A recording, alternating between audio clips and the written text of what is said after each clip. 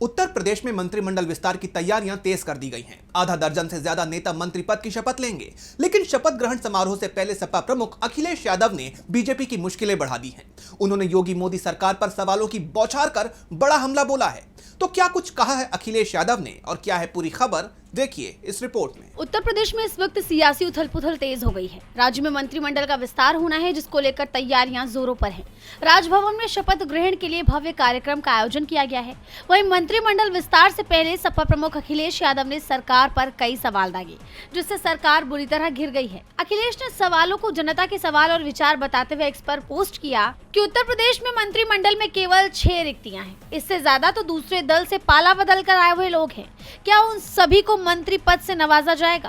क्या उसमें से सबसे कमजोर को चुना जाएगा, जिससे कि उसकी कमजोरी कुछ कम हो जाए?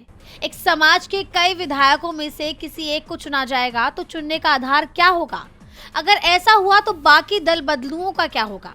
उनकी अपेक्षा और उनके अपमान को क्या कुछ ले देकर शांत करा दिया जाएगा, या उन्हें भी एहसास करा दिया जाएगा कि भाजपा किसी की सगी नहीं? उन्होंने आगे सवाल किया कि बाकी छूटे हुए लोग क्या अपने को ठगा सा महसूस नहीं करेंगे?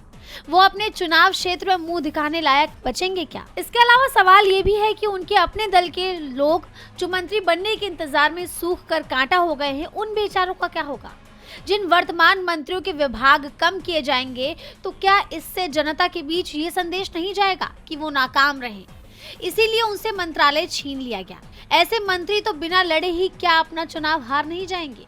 जनता के हवाले से अखिलेश ने आगे पूछा कि जनता ये भी पूछ रही है कि आखिरी 9 महीनों में ये मंत्री क्या कर लेंगे, जब 9 साल में ये सरकार कुछ नहीं कर सकी। ये केवल वही करेंगे जो भाजपा सरकार ने किया, भ्रष्टाचार और अत्याचार।